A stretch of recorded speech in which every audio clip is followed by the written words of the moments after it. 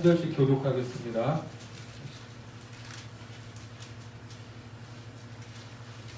아브라함의 아들 이삭의 족보는 이러하니라. 아브라함이 이삭을 낳았고 이삭은 40세에 리브가를 맞이하여 아내를 삼았으니 리브가는 갓단 아람의 아람 족속 중 부두엘의 딸이요 아람 족속 중 라반의 누이였더라. 이삭이 그의 아내가 임신하지 못하므로 그를 위하여 여호와께 간구하매 여호와께서 그의 간구를 들으셨으므로 그의 아내 리브가가 임신하였더니 그 아들들이 그의 태 속에서 서로 싸우는지라. 그가 이르되 이럴 경우에는 내가 어찌할꼬 하고 가서 여호와께 묻자오되 여호와께서 그에게 이르시되 두 국민이 내 태중에 있구나. 두 민족이 내 복중에서부터 나누이리라. 이 족속이 저 족속보다 강하겠고 큰 자가 어린 자를 섬기리라 하셨더라.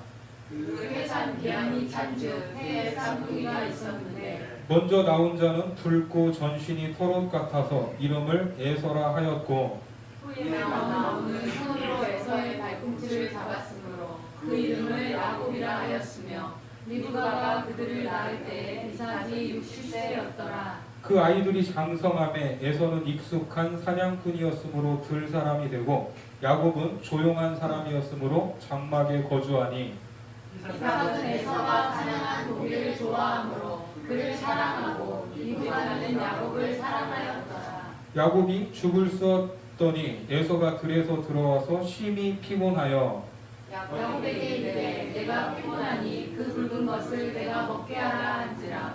그러므로 에서의 별명은 에돔이더라. 야곱이 이르되 형의 장자의 명분을 오늘 내게 팔라. 에서가 이르되 내가 죽게 되었으니 이 장자의 명분이 내게 무엇이 유익하리요. 야곱이 이르되 오늘 내게 맹세하라. 에서가 맹세하고 장자의 명분을 야곱에게 판지라. 야곱이 떡과 팥죽을 에서에게 주매 에서가 먹으며 마시고 일어나 갔으니 에서가 장자의 명분을 가볍게 여김이었더라. 아멘. 2019년도부터 다시 창세기로 가서 시즌 3 성화라는 큰 주제로 말씀이 시작됩니다. 우리가 시즌 2에서는 믿음의 조상 아브라함의 삶을 통해 믿음의 삶이 무엇인가를 봤는데 이제는 야곱의 인생을 통해서 어떻게 한 사람의 인생이 하나님 앞에서 변화가 되고 또 거룩해지는 과정을 겪는가를 보게 됩니다. 자, 이런 과정을 우리는 뭐라고 하죠? 성화된다라고 말을 합니다. 야곱의 치열한 인생은 오늘 우리가 살아가는 치열한 삶의 현장이기도 합니다. 우리를 향한 하나님의 열심이 우리 인생에 어떻게 스며들고 또 작용하고 있는지를 우리가 기대하는 마음으로 이 말씀의 은혜를 나누도록 하겠습니다. 자, 먼저 시즌 2에서 살펴봤던 이 믿음의 조상 아브라함은 이 아내 사라가 127세에 죽게 되자 헤브론 땅에 막벨라 굴을 사서 장사했습니다. 이 하나님이 약속하신 땅, 이 가나안으로 가라고 하셨지만 사실 아브라함에게는 한 평의 땅도 없었습니다. 아브라함은 말 그대로 나그네였고 떠돌이였습니다. 그래서 이 아내가 죽었을 때 산 이 막벨라 굴이 아브라함이 처음으로 자기 이름으로 이 등기부 등본을 낸 그런 땅이 됐습니다. 그 굴이. 그리고 동시에 그 땅은 이제 뭐가 되냐면 그의 후손들이 가시적으로 바라볼 수 있는 약속의 땅으로 표시가 된 겁니다. 이 막벨라 굴이. 그리고 이제 100세에 낳았던 아들, 믿음의 첫 후손이었죠. 믿음의 첫 후손이었던 이삭을 결혼시키기 위해서 누구를 보냈습니까? 엘리에셀, 이 집안의 종인 엘리에셀을 하란으로 보냈습니다. 창세기 24장 3절과 4절 말씀을 같이 한번 읽겠습니다. 시작. 내가 너에게 하늘의 하나님, 땅의 하나님이신 여호와를 가리켜 맹세하게 하노니 너는 내가 거주하는 이 지방 가나안 족속의 딸 중에서 내 아들을 위하여 아내를 택하지 말고 내 고향 내 족속에게로 가서 내 아들 이삭을 위하여 아내를 택하라. 자, 이 종된 엘리에셀이 너무나 부담스러운 명령을 받았지만 하나님의 섭리로 순적하게 이삭의 아내 리브가를 만나게 됐습니다. 자, 이렇게 이삭과 리브가의 결혼을 시작으로 이제 아브라함의 믿음을 잇는 2세대가 본격적으로 열리게 됩니다. 자, 그때 이삭과 결혼한 리브가가 또 어디로 들어갔습니까? 사라의 장막으로 들어갔습니다. 24장 67절 말씀 같이 읽습니다. 시작. 이삭이 리브가를 인도하여 그의 어머니 사라의 장막으로 들이고 그를 맞이하여 아내로 삼고 사랑하였으니 이삭이 그의 어머니를 장례한 후에 위로를 얻었더라. 자, 이처럼 이삭이 위로를 받았다는 것은 사라의 믿음을 리브가가 그대로 계승했다는 것을 의미합니다. 사라가 죽고 난 후에 이제 아브라함은 후처를 얻었죠. 후처를 얻었고 거기에서 6명의 자녀를 더 낳게 됩니다.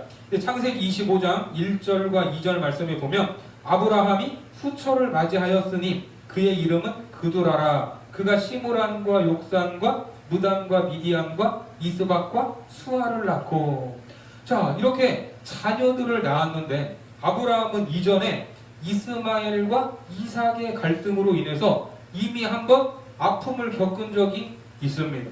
그래서 그런지 아브라함은 후에 이 6명의 자녀를 더 낳았지만 하나님의 마음이 어느 자녀에게 있는지 명확하게 알고 있었습니다. 자, 그래서 어떤 조치를 취하냐면 25장 5절과 6절 말씀 같이 한번 읽겠습니다. 시작. 아브라함이 이삭에게 자기의 모든 소유를 주었고 자기 서자들에게도 재산을 주어 자기 생전에 그들로 하여금 자기 아들 이삭을 떠나 동방 곧 동쪽 땅으로 가게 하였더라. 자, 어떻습니까? 나중에 태어난 6명의 자녀들을 누구와? 이삭과 완전히 분리해버렸습니다. 하나님이 원하시는 영적인 후계자는 누구밖에 없어요? 이삭. 이 약속의 자녀로 주신 이삭에게 있다는 것을 잊지 않았습니다. 그래서 단순히 이 재산뿐만 아니라 하나님께 받은 모든 소유를 이삭에게 물려줬습니다. 하나님과 맺은 영과 육의 모든 상속권이 이삭에게 있다는 것입니다. 이것을 분명히 하기 위해서 아브라함이 죽기 전에 정리를 확실히 한 거예요. 나중에 이 아랍 민족을 이룰 이 6 자녀들을 언약의 땅, 하나님이 약속하신 그 언약의 땅 밖으로 내보낸 것입니다. 자, 그렇게 아브라함은 이제 모든 정리를 끝내고 파란만장한 삶, 믿음의 조상으로서의 삶을 보여주고 하나님께로 돌아가게 됩니다. 자, 25장 8절부터 10절까지 말씀 같이 한번 읽겠습니다. 시작. 그의 나이가 높고 늙어서 기운이 다하여 죽어 자기 열조에게로 돌아가매 그의 아들들인 이삭과 이스마엘이 그를 마므레 앞 헷 족속 소알의 아들 에브론의 밭에 있는 막벨라 굴에 장사하였으니 이것은 아브라함이 헷 족속에게서 산 밭이라. 아브라함과 그의 아내 사라가 거기 장사되니라. 자, 이렇게 아브라함은 믿음의 조상으로서 하나님 앞에서 어떻게 살았는지를 보여주고 그리고 자기가 정당한 가격을 주고 산 그 땅 막벨라 굴에 장사됐습니다. 자, 그리고 이제 오늘 본문으로 들어오면서 믿음의 조상 아브라함의 아들 이삭의 이야기가 시작이 돼요. 자, 19절 말씀에 보니까 아브라함의 아들 이삭의 족보는 이러하니라. 아브라함이 이삭을 낳았고 이삭의 이야기 시작이 무엇으로 시작하냐면 족보 이야기로 시작을 하는데 성경의 족보는 우리가 생각하는 일반적인 족보와 그 의미가 다릅니다. 우리는 족보를 보면 거기에 누구 이름이 있냐, 이게 몇 대 손이냐 이런 것들을 보게 되지만 성경의 족보는 족보 자체가 중요한 것이 아니라 그 족보를 통해서 하나님이 무엇을 말하고자 하시는가 하는 그 의도가 중요합니다. 우리가 그거를 봐야 돼요. 자, 이삭의 족보에서는 무엇을 말하고 있습니까? 자, 20절과 21절 말씀 같이 읽습니다. 시작. 이삭은 40세에 리브가를 맞이하여 아내를 삼았으니 리브가는 밧단 아람의 족속 중 부두엘의 딸이요 아람 족속 중 라반의 누이였더라. 이삭이 그의 아내가 임신하지 못하므로 그를 위하여 여호와께 간구하며 여호와께서 그의 간구를 들으셨으므로 그의 아내 리브가가 임신하였더니. 자, 이삭의 족보는 이러하니라 하면서 40세에 결혼해서 기도 끝에 가까스로 임신하게 되었다는 이야기가 나옵니다. 자, 그냥 이름만 들어가면 될 것 같은데 그 자세한 스토리까지 이 족보에 들어가죠. 족보에. 자, 이것이 무엇을 말하고자 하는 것인가? 자, 이제 아브라함을 이은 이삭, 믿음의 2세대에서 3세대로 넘어가는 것이 그만큼 중요하다는 거예요? 중요하지 않다는 거예요? 중요하다는 것입니다. 사실 믿음의 조상이었던 아브라함도 이삭을 하나 얻기까지 얼마나 많이 기다렸습니까? 중간에 인간적인 방법을 써서 이스마엘을 낳았지만 이스마엘은 하나님이 약속한 자녀가 아니었습니다. 그래서 겪지 않아도 될 갈등만 겪었고 계속해서 하나님의 때가 될 때까지 기다려야 했던 것입니다. 자, 이런 사건들을 통해서 아브라함이 보여준 것은 믿음의 삶이 이런 것이라는 뜻이에요. 이런 거. 어떤 거예요? 믿음의 삶은 기다리는 것이다. 이런 뜻입니다. 기다리는 것. 사실 기다리는 것이 쉬워요? 어려워요? 어렵습니다. 말은 쉬운데 기다리는 것이 얼마나 힘들고 어렵습니까? 우리 인생은 짧고 한계가 있어서 더더욱 기다리는 것이 어려울 수밖에 없습니다. 그리고 또 이 사건을 통해서 보이시는 것은 선택은 오직 하나님이 하신다는 하나님. 이 선택은 아브라함부터 시작해서 예수 그리스도가 오시기까지 변하지 않았습니다. 우리가 아브라함의 이야기를 통해서도 확인했지만 아브라함이 믿음의 조상으로 선택받은 어떤 인간적인 그런 좋은 조건이 있었어요? 없었어요? 하나도 없었습니다. 예? 믿음의 조상으로 선택받을 만한 어떠한 이유도 가지지 않았어요. 그러니까 사람이 가진 능력이나 조건에 의해서 선택되는 것이 아니라는 거예요. 인간의 서열, 인간의 혈통에서 뭔가가 결정되는 것이 아니라 오직 선택은 누구의 주권입니까? 하나님의 주권입니다. 자, 이런 것들을 믿음의 선조들이 보여주었고 이제 그 믿음의 후손으로 살아가는 우리도 역시 같은 인생길을 걷게 된다는 것입니다. 그래서 이삭을 통해 말하고자 하는 것은 믿음의 조상을 이은 믿음의 후계자로서 이제 이삭이 첫 번째 후손이었어요. 첫 번째 후손. 성경에서 첫 것은 누구 것입니까? 그렇죠. 출애굽기 34장 19절에 보면 모든 첫 태생은 다 내 것이며 하나님의 것입니다. 그래서 이삭이 믿음의 후손으로서 첫 번째 자녀였기 때문에 하나님은 이삭을 뭐 하라고 하신 거예요? 번제물로 드리라고 한 거예요. 받으셨다가 다시 되돌려 주신 것입니다. 자, 이처럼 아브라함이 믿음의 조상으로서의 삶을 보이고 이제 믿음의 후계자를 세웠다면 이제 2세대인 이삭은 그 믿음을 누구에게? 자기 후손에게 이어주어야 됩니다. 1세대로부터 받은 믿음을 그대로 전승하고 지켜야 할 책임이 있었습니다. 그래서 아브라함이 죽고 난 후에 이삭의 족보로 이삭의 이야기가 나오지만 동시에 누구의 이야기가 나와요? 이삭의 자녀들까지 포함해서 함께 등장하고 있는 것입니다. 자, 우리가 오늘 읽은 본문에 에서와 야곱의 탄생 기사가 나오죠. 이삭의 족보를 이야기하고 있지만 그 안에는 야곱과 에서의 이야기도 같이 등장하고 있습니다. 자, 여기에 보여주는 것, 아브라함을 믿음의 조상으로 선택하신 하나님이 이삭을 믿음의 첫 후손으로 선택하셨고 이제 이삭을 이어갈 또 다른 인물을 선택하시면서 하나님의 선택이 무엇인가를 우리에게 보여주고 있습니다. 자, 그런데 이제 앞서 말씀드렸듯이 공통적인 것은 하나님이 선택한 사람은 늘 뭐 하고 있어요? 기다리고 있어요. 기다림이 있습니다. 믿음의 후손 이삭이 리브가를 맞아서 새로운 가정을 이루었지만 거기에 자녀가 있었어요? 없었어요? 자녀가 없었습니다. 오늘 본문에 보니까 임신하지 못함으로라고 짧게 말하는 것 같지만 이 세월이 몇 년인지 아십니까? 무려 20년이었습니다. 20년. 이삭이 몇 세에 결혼했어요? 40세에 결혼을 했어요. 40세. 자, 요즘에도 40세에 남자들 결혼을 하면 이게 사실 좀 약간 늦은 감이 있잖아요. 이 당시에는 더 늦은 거예요. 자, 그런데 20년 동안 결혼을 하지 못했습니다.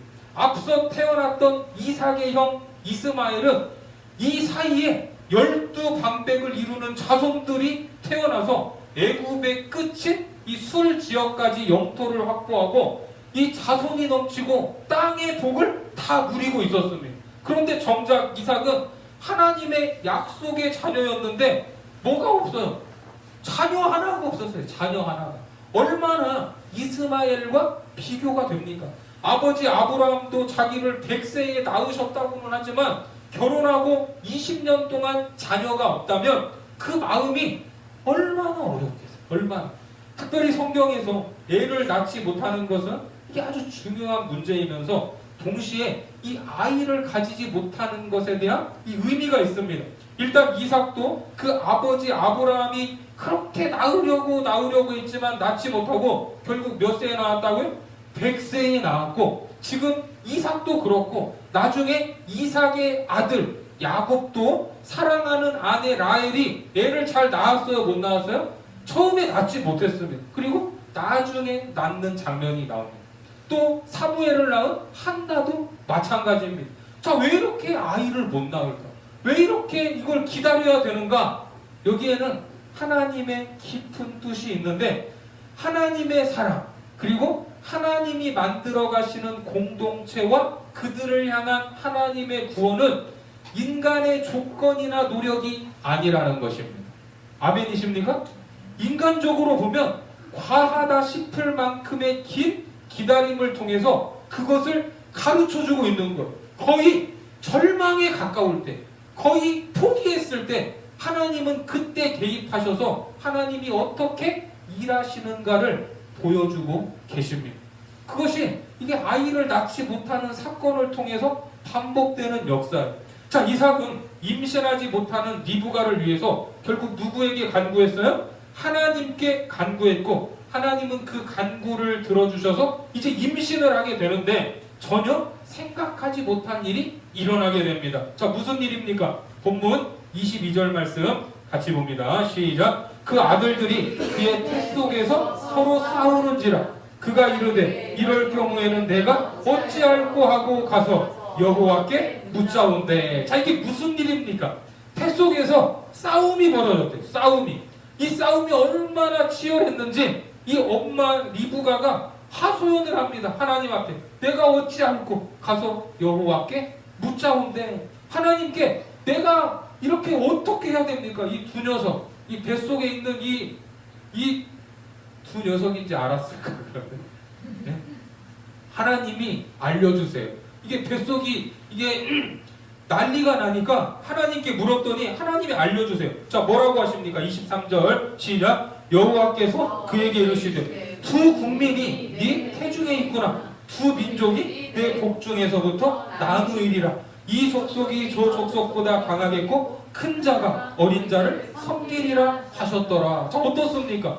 리브가의 복중에는 단순히 쌍둥이가 아니라 두 나라, 두 민족이 들어있다고 말씀하십니다. 거기에다가 큰 자가 어린 자를 섬기리라는 이 충격적인 말씀.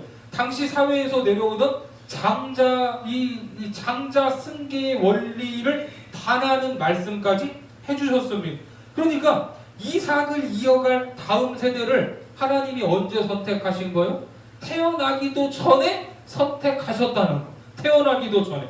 자, 이처럼 놀랍기도 하고 충격적인 내용을 이 어머니 리브가가 잊을 수 있겠습니까? 잊을 수 없죠. 아마도 그 말씀을 마음에 담았을 것이고 당연히 남편 이삭에게도 이 말을 해줬을 것입니다. 자, 여기서 또 확인할 수 있는 게 뭡니까? 하나님의 선택은 인간의 조건에 따라 결정되지 않는다는 것. 인간의 관습, 통념에 따라 좌우되지 않는다는 것입니다. 상식적으로 형이 동생을 섬겨야 돼요? 동생이 형을 섬겨야 돼요? 그렇죠. 동생이 형을 섬겨야 됩니다. 그런데 하나님은 뭐라고 합니까? 큰 자가 어린 자를 섬기리라. 자, 이 말을 직역하면 장자의 명분이 동생에게 흐를 것이다 라는 뜻입니다. 그들의 운명이 복중에서 정해진 것. 하지만 사람들은 하나님께서 누군가를 선택하셨을 때는 어떤 생각을 합니까? 아이고, 당연히 뭔가 잘하는 게 있겠지. 뭔가 특별한 게 있겠지. 그런 이유가 있을 것이라고 생각을 합니다. 그러나 로마서에서 오늘 이 내용을 다시 한번 설명해 주고 있는데, 자, 뭐라고 말하는지 로마서로 가서 확인해 보도록 하겠습니다. 로마서 9장 10절부터 13절까지 말씀 같이 한번 읽겠습니다. 시작. 그뿐 아니라 또한 리브가가 우리 조상 이삭 한 사람으로 말미암아 임신하였는데 그 자식들이 아직 나지도 아니하고 무슨 선이나 악을 행하지 아니한 때에 택하심을 따라되는 하나님의 뜻이 행위로 말미암지 않고 오직 부르시는 이로 말미암아 서게 하려 하사 리브가에게 이르시되 큰 자가 어린 자를 섬기리라 하셨나니 기록된 바 내가 야곱은 사랑하고 에서는 미워하였다 하심과 같으니라. 자, 하나님은 야곱은 사랑하고 에서는 미워했다 이렇게 말하는데, 이 말은 그냥 한마디로 누구를 선택했다는 말입니까? 야곱을 선택했다는 말입니다. 여기에는 야곱이 뭔가 훌륭한 점이 있어서도 아니고요, 반대로 에서에게 치명적인 결점이 있어서도 아닙니다. 하나님의 선택에는 오직 주권만 있어요. 주권만. 그것도 어디에서부터? 뱃속에서부터. 아이의 외모나 능력을 보기도 전에 하나님이 선택하셨습니다. 선택은 누구에게 있다고요? 하나님께. 하나님의 주권입니다. 하나님의 완전한 선택을 보여주고 있습니다. 인간의 조건을 보지 않겠다. 인간의 혈통을 보지 않겠다는 것입니다. 사실 야곱이 그렇게 훌륭한 인물입니까? 오히려 형 에서의 발 뒤꿈치를 잡고 나올 만큼 욕심이 많았습니다. 집착이 큰 인물로 묘사되고 있습니다. 자, 본문으로 가서 25절과 26절 같이 보겠습니다. 시작. 먼저 나온 자는 붉고 전신이 털옷 같아서 이름을 에서라 하였고, 후에 나온 아우는 손으로 에서의 발 뒤꿈치를 잡았으므로 그 이름을 야곱이라 하였으며, 리브가가 그들을 낳을 때에 이삭이 60세였더라. 자, 어떻습니까? 이 우리 속담에 될성 부른 나무는 이 떡잎부터 알아본다는데, 인간적으로 보면 야곱은 태어날 때부터 이게 이 싸가지가 있어요, 없어요? 싸가지가 없는 거예요. 형 이 발뒤꿈치를 붙잡고 나왔습니다. 그래서 이름이 야곱이에요. 야곱. 자, 이렇게 아들들이, 이제 아들 둘이 20년 만에 태어났습니다. 20년 만에. 자, 이 쌍둥이로 나왔는데 이제 둘이가 너무나 다른 거예요. 쌍둥이인데도 하나는 남자답게 털도 많았어요. 털도 많았는데 하나는 그렇지 않았습니다. 태어날 때부터 그렇게 달랐는데 나중에 커서도 달랐습니다. 자, 27절 말씀 같이 봅니다. 시작. 그 아이들이 장성함에 에서는 익숙한 사냥꾼이었으므로 들 사람이 되고, 야곱은 조용한 사람이었으므로 장막에 거주하니. 에서는 남자답게, 요즘에는 이 저희 아이들한테 물어보니까 남자답게 하는 게 성차별이래. 남자답게, 여자답게 이런 말도 쓰면 안 된다는데, 아무튼 에서는 와일드했어요. 사냥꾼으로 들 사람으로 성장을 했고, 야곱은 소프트했어요. 네? 부드럽게 그냥 집에서만 살았습니다. 네? 성장 과정이 완전히 다른 거예요. 하나는 아침에 나가서 하루 종일 사냥하고 돌아다니다가 오밤중에 들어오고, 하나는 아침부터 저녁까지 그냥 엄마 이 치맛자락만 붙잡고 늘어지고 있는 거예요. 심부름하면서. 자, 그런데 어느 날 이 둘 사이에 아무것도 아닌 것 같지만 아무것도 아닌 것이 아닌 사건이 하나 발생을 합니다. 형 에서가 산에 가서 하루 종일 사냥을 하고 집에 돌아왔는데 얼마나 배가 고프겠어요. 그런데 마치 집안에만 머물러 있던 동생 야곱이 마침 죽을 해놨어요. 죽을. 자, 29절과 30절 말씀 같이 봅니다. 시작. 야곱이 죽을 쏘았더니 에서가 들에서 돌아와서 심히 피곤하여 야곱에게 이르되 내가 피곤하니 그 붉은 것을 내가 먹게 하라 한지라. 그러므로 에서의 별명은 에돔이더라. 형이 배가 고파서 이 죽 좀 달라 이렇게 하면, 어지간한 동생 같으면 이걸 죽을 줘요, 안 줘요? 죽을 안 주면 죽죠. 형한테 줘야 돼요. 그런데 그 순간에 이 야곱이 무슨 이 머릿속에 계산을 했는지 이 죽을 이용해서 형에게 거래를 제안을 한 거예요. 형, 배고파? 이 죽하고 형의 장자권하고 바꾸자. 자, 31절 같이 봅니다. 시작. 야곱이 이르되 형의 장자의 명분을 오늘 내게 팔라. 에서가 이르되 내가 죽게 되었으니 이 장자의 명분이 내게 무엇이 유익하리요. 자, 에서의 입장에서는 뭐 조금 황당하기도 했겠죠. 그런데 그렇게 중요하게 여기지 않았습니다. 웃기는 너, 장자권이 뭐라고? 이게 뭐 넘긴다고 이게 넘어가냐? 이게 보이는 것도 아닌데 무슨 뭐 증서도 아니고 너나 가져라 하고 그냥 그걸 넘기고 죽을 냉큼 받아 먹었습니다. 이 형제지간에 말도 안 되는 장난처럼 보이는 이 사건이 역사의 길이 닦는 중요한 전환점이 됩니다. 자, 33절과 34절 말씀 같이 봅니다. 시작. 야곱이 이르되 오늘 내게 맹세하라. 에서가 맹세하고 장자의 명분을 야곱에게 판지라. 야곱이 떡과 팥죽을 에서에게 주매 에서가 먹으며 마시고 일어나갔으니 에서가 장자의 명분을 가볍게 여김이었더라. 자, 에서가 장자의 명분을 어떻게 여겼어요? 가볍게 여겼다고 합니다. 여기서 이 가볍게라는 히브리 말은 아주 하찮게 여겼다는 뜻입니다. 하지만 장자권은 하찮은 것은 아닙니다. 믿음의 조상 아브라함이 받은 축복, 그 축복의 가계를 잇는 권리로 하나님의 복을 필요로 한다는 소원을 의미하는 것, 그것이 장자의 명분입니다. 그러니까 야곱이 이 장자의 명분을 소원한 것은 돌려서 말하면 이거예요. 따라해보세요. 나는 하나님의 복주심이 필요합니다. 하나님의 복주심이 필요합니다. 자, 그렇습니다. 이것이 장자의 명분을 소원한 야곱이었습니다. 그래서 나는 하나님의 복주심이 필요합니다 하면서 하늘의 신령한 복을 소원한 것이고, 에서는 반대로 뭐예요? 야, 지금 당장 배고파 죽겠는데 먹고 사는 게 중요하지 무슨 하늘의 복이야 하면서 그것을 하찮게 여긴 것입니다. 죽 한 그릇만도 못하게. 하지만 우리가 오해하거나 착각해서는 안 될 것이 이 사건의 전후 관계입니다. 앞서 말씀드린 대로 하나님이 누구를 선택하셨어요? 야곱을 선택하셨는데 지금 장자권을 원하고 있는 야곱의 모습이 좋아 보여서 하나님의 선택을 받은 것이 아니라는 것입니다. 이해가 되세요? 예? 이미 야곱은 언제 선택받았어요?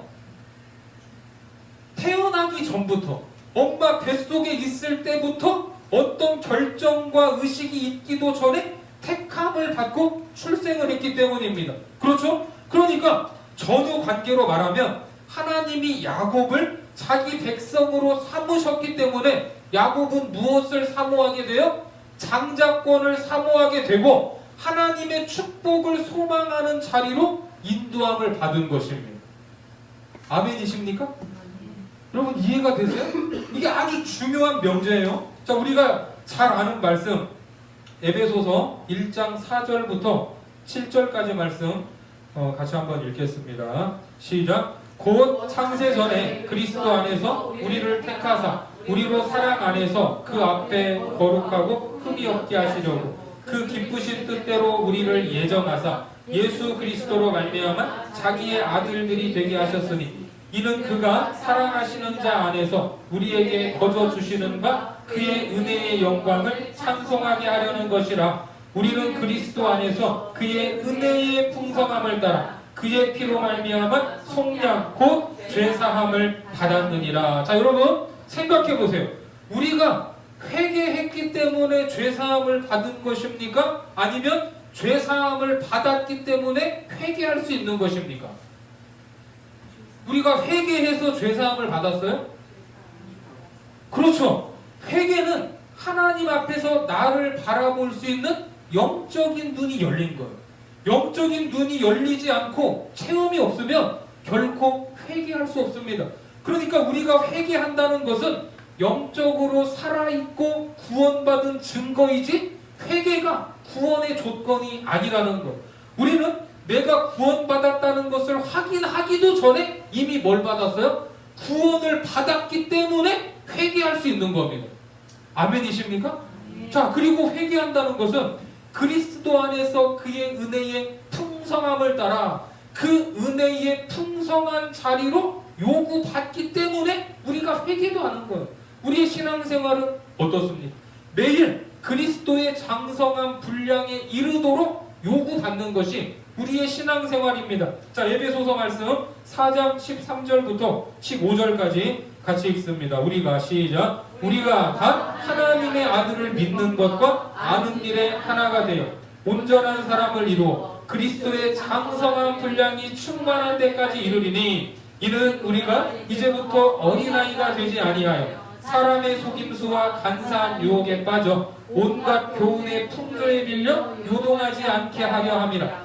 오직 사랑 안에서 참된 것을 하여 범사에 그에게까지 자랄지라. 그는 머리니 곧 그리스도라. 자, 하나님이 우리를 선택해 주신 구원, 설명할 수 없는 사랑으로 하나님의 자녀가 된 우리의 신분은 오늘도 예수 그리스도의 충만함까지 가기를 권면하고 있습니다. 그걸 경책하고 있습니다. 우리는 인도함 받고 있습니다. 그러면 당연히 무엇을 따르지 않고 세상 풍조를 따르지 않고 그 자리, 범사에 그에게 자랄지라 하는 이 자리까지 가는 경건을 연습해야 됩니다.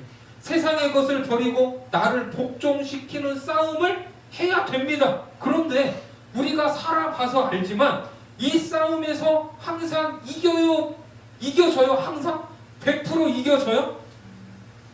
100% 10번 싸우면 10번 다 이 싸움에서 이겨요?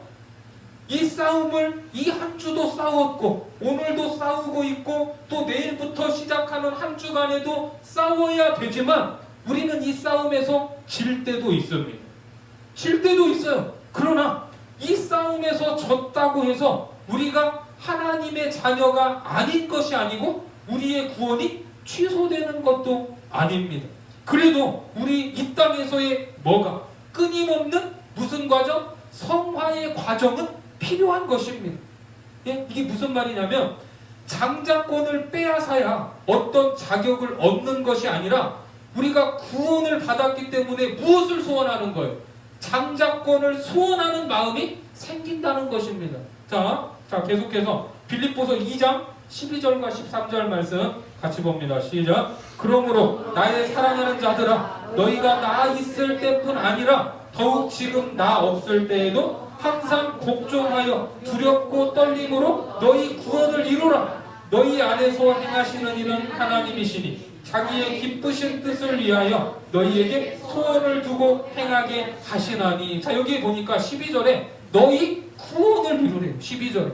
자, 우리의 구원을 이루라고 하면 우리가 지금 구원을 못 받았다는 말입니까? 우리가 받은 구원이 부족하다는 말입니까? 아닙니다. 우리가 받은 구원은 완전해, 온전한 것입니다. 하지만 삶의 과정에서 우리가 구원받았지만 삶의 과정에서 시행착오를 겪을 수도 있고 넘어질 수도 있습니다. 그러나 항상 복종하여 두렵고 떨림으로 너희 구원을 이루라. 은혜의 자리를 향해 나아가라는 말입니다. 그 자리로 갈 때 갈등이 있어요, 없어요? 갈등이 있어요. 그 갈등, 그 싸움이 우리가 이 땅에서 살아가는 성화의 과정인 것입니다. 시행착오도 있고 넘어지기도 하고 곁길로 가기도 하지만 하나님은 우리에게 구원받은 우리에게 무엇을 주세요? 소원을 주세요.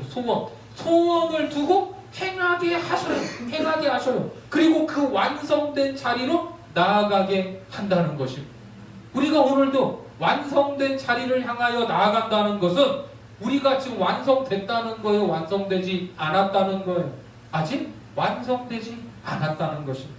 그러니까 이 과정 가운데 있는 우리의 삶, 때로는 일이 안 풀리고 현실이 녹록지 않다고 해도 그렇게 좌절하거나 낭망할 필요가 없습니다. 그냥 하나님이 원하시는 은혜의 자리, 완성으로 가는 그 과정을 오늘도 소망하고 내 의지와 결단을 드리면서 돌이키기도 해야 되지만 그 밑바탕에는 무엇이 근거가 되어야 되냐면 하나님이 나를 선택하셨고 하나님이 오늘 나를 인도하시고 하나님이 시작하신 하나님이 오늘도 나를 이끌어 가신다 하는 이 믿음이 있어야 되는 것입니다.